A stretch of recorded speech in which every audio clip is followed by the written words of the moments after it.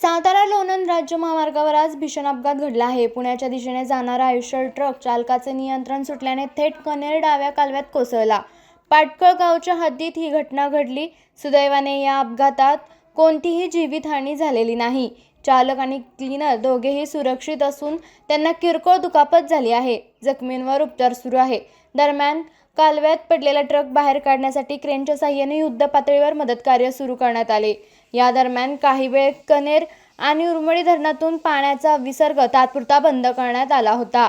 Truck बाहेर काढल्यानंतर विसर्ग पुन्हा पूर्ववत करण्यात आला आहे।